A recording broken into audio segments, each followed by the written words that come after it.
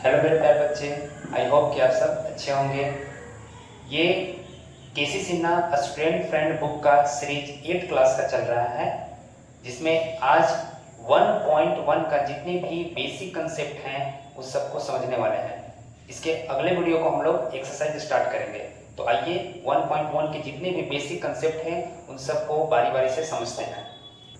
तो आइए इस सब नियमों को पहले जान जाते हैं, इसके बाद एक्सरसाइज स्टार्ट करेंगे।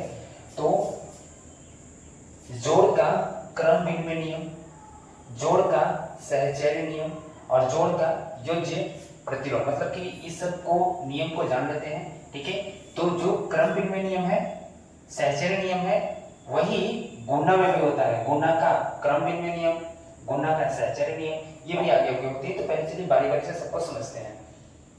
जोड़ का क्रम विनिमय नियम, देखिए इसमें दो वेरिएबल होंगे या दो नंबर्स होंगे, जैसे x प्लस वाई। अगर LH इसकी इधर x प्लस वाई है तो ये बराबर होगा y प्लस एक्स का, बस यही है। अगर मैं एग्जांपल की बात करूं, एग्जांपल तो अगर दे देंगे से 2 प्लस 7 और इधर लिखा रहेगा 7 प्लस 2। पूछेगा कौन सा नियम के तहत लिखा गया है, तो आप बताना क्रम विनिमय नियम। और क्रम विनिमय नियम किसका क्रम विनिमय है, तो जोड़ का, क्योंकि क्रम विनिमय नियम गुणा का भी होता है। ठीक है, तो ये यही हुआ। ठीक है, सहचर्य नियम में क्या रहेगा, इसमें तीन नंबर आएंगे, तीन वेरिएबल, जैसे x plus Y plus Z. ठीक है, इधर भी तीन रहेगा, x plus Y plus Z. इधर कोई दो ब्रैकेट में होगा और इधर जो ब्रैकेट में होगा ना, उधर सेम ब्रैकेट में नहीं होगा, तो कोई दूसरा कोई होगा।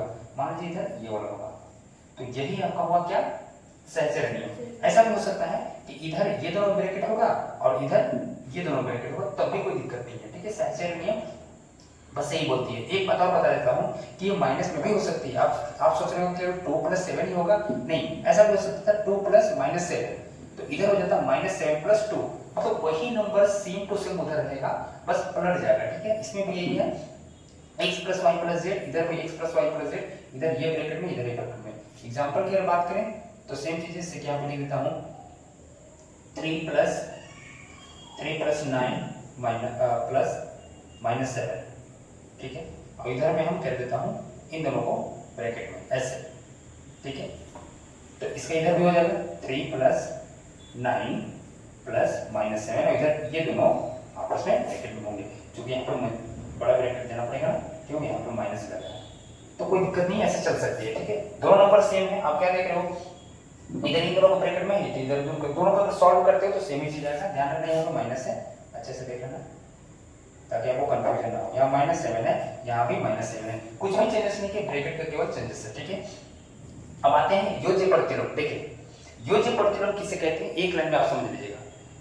कोई भी दो संख्याएं ऐसी जिसको जोड़ने के बाद जीरो आ जाए, कोई भी दो संख्या ऐसी जिसको जोड़ने के बाद जीरो आ जाए, उसको योज्य प्रतिलोम कहते हैं। ठीक है, और अगर ये डेफिनेशन समझ में नहीं है तो एक और डेफिनेशन याद रखिएगा अच्छे से, कि मान लीजिए एक संख्या प्लस में है तो सेम संख्या को बोल देंगे खाली माइनस में बोल देंगे, अगर कोई माइनस में है तो उसको प्लस में बोल देंगे, मतलब साइन को चेंज कर देना, नंबर वही रहेगा। ठीक है, जैसे यहाँ पे अगर कोई संख्या a है तो पूछ रहा है कि a का योज्य प्रतिलोम क्या होगा, तो अगर a का योज्य प्रतिलोम बोलेंगे तो माइनस a होगा, तभी तो इन दोनों को जोड़ेंगे तो जीरो आ जाएगा। देखिए a प्लस माइनस a कर देंगे तो ये से कर देंगे, जीरो आ जाएंगे, मतलब कि साइन बदल देंगे। आपको कहेगा कि -2/7 का योज्य प्रतिलोम क्या होगा, तो अभी बताएं, साइन बदल दीजिए, -2/7 में क्या हो जाएगा, 2/7 इन दोनों को ऐड करोगे कट जाएगी, जीरो हो जाएगी। ठीक है, तो यही आपका योज्य प्रतिलोम है। तो आइए गुणा के समझते हैं। ठीक है, अगर जोड़ का आप समझ गए तो गुणा का भी सेम ही है, बस चिन्ह मल्टीप्लाई का होगा बस। क्रम विनिमय नियम किसका, गुणा का, सेम चीजें हैं, x गुणे y बराबर इधर हो जाएगा y गुणे x। आप देख रहे हैं सेम चीजें हैं, बस यहाँ पे क्या था, प्लस था, आप यहाँ पे क्या देख रहे हो, गुणा है। ठीक है, एग्जांपल की बात करें, जैसे आप कुछ भी लिख सकते हो, 8 मल्टीप्लाई 6, तो इधर भी हो जाएगा 6 मल्टीप्लाई 8, बदल दिए। मैं फिर बोल रहा हूँ बार बार। ठीक है, अब साइन लगा सकते थे, यहाँ पे लिख सकते थे -8 गुणे 6, तो इधर हो जाता क्या 6 गुने -8 सेम चीज होगी, बस पलट जाएगी, यानी कि 8 पहले है तो यहाँ 8 बाद में होगा, ठीक है, बस ये चीज है। सहचरण नियम से 3 नंबर होंगे, 3 लीजिए, x गुने y गुने z, तो यहाँ पे x गुने y गुने z, यहाँ अगर ये दोनों में है तो इधर में ये दोनों होगा ब्रैकेट, बस यही चीज है, ठीक है। अगर यहाँ पे ये दोनों होता तो यहाँ पे ये दोनों हो जाता, बस सिंपल सी बात है।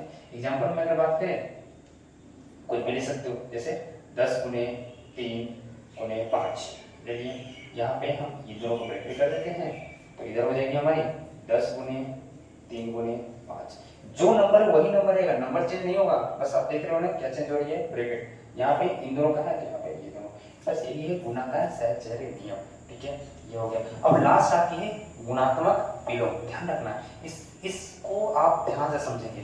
गुणात्मक विलोम, देखिए ऐसी दो संख्याएं जिसको गुणा करने के बाद एक आ जाए, ऐसी दो संख्याएं जिसको मल्टीप्लाई करने के बाद एक आ जाए, उसको हम लोग कहते हैं गुणात्मक विलोम या गुणात्मक प्रतिलोम, ठीक है। जैसे ए है तो ए का गुणात्मक प्रतिलोम क्या आएगा, 1/a आएगा। अगर आपको समझ में नहीं आ रहा ना कि गुणा करने के बाद एक कैसे आएगी, तो आप ऐसे समझ लो कि कोई संख्या को उलट के बता देना, जैसे 2/5 है तो 5/2 हो जाएगी, बस उलट देना, ठीक है। तो यहाँ पे a है, a का मतलब a/1, ये होता है बटा में एक छिपा रहता है, तो इसको उलट देंगे तो हो जाएगा 1/a। अब इन दोनों को गुना करेंगे तो a गुने 1/a, ये कर देंगे, यहाँ पे एक आ जाएगी। इसके अलावा और भी चीजें देख सकते हो, जैसे अगर कोई बोलता है कि -10/3 का बताइए, तो मैंने अभी बताया क्या कहोगे, बस सिर्फ उलट देना, साइन नहीं बदलना, ध्यान रखना।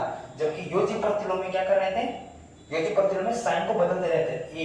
अगर यहाँ पे प्लस से पूछ रहा था तो माइनस से बताना था, देखिए यहाँ पे जैसे माइनस से पूछा तो प्लस से बता दिया, यहाँ पे उलट नहीं रहे थे, यहाँ पे साइन बदल रहे थे, सेम टू सेम लिखते रहते। लेकिन गुणात्मक प्रतिलोम में क्या है कि यहाँ पे उलट देंगे, साइन वही रहेगी, ठीक है। जैसे -10/3 है तो इसका क्या हो जाएगी 3/-10, माइनस से माइनस भी लगाएंगे, सब साइन लगाएंगे, बस उलट देंगे, या -10, ध्यान रखना इस बात को, -10, ठीक है। ये चीज जब तभी तो इन दोनों का अगर आप गुना करते हो तो ये से ये खत्म, ये से ये खत्म, तो आपको 1 आ जाएगी, ठीक है। अब यहाँ पे मेरी एक बात ध्यान से रखना इस कंसेप्ट में गुणात्मक प्रतिलोम के बारे में, ठीक है, कि जीरो का गुणात्मक प्रतिलोम नहीं होता है। क्यों? क्योंकि जीरो का अगर उल्टा कर देंगे ना, जीरो का उल्टा कर देंगे तो इसका आंसर होता है नॉट डिफाइंड, ठीक है, अनडिफाइंड होता है, तो इसलिए जीरो का गुणात्मक प्रतिलोम नहीं होता है, ठीक है। तो जब भी गुणात्मक प्रतिलोम होगा किसका होगा, शून्येतर परिमेय संख्या या कोई भी शून्येतर, मतलब शून्येतर मतलब शून्य नहीं होना चाहिए, शून्येतर याद रखना, ठीक है। तो यही था आपका ये पूरा बेसिक। अब कुछ चीजें बच रही है तो अगले वीडियो में हम लोग देख लेंगे। आई होप कि आपको ये अच्छी वीडियो लगा होगा, अगर अच्छा लगा होगा तो लाइक सब्सक्राइब और वीडियो को ज्यादा से ज्यादा शेयर कर दें, इससे हमें मोटिवेशन मिलती है, ठीक है। थैंक यू, धन्यवाद।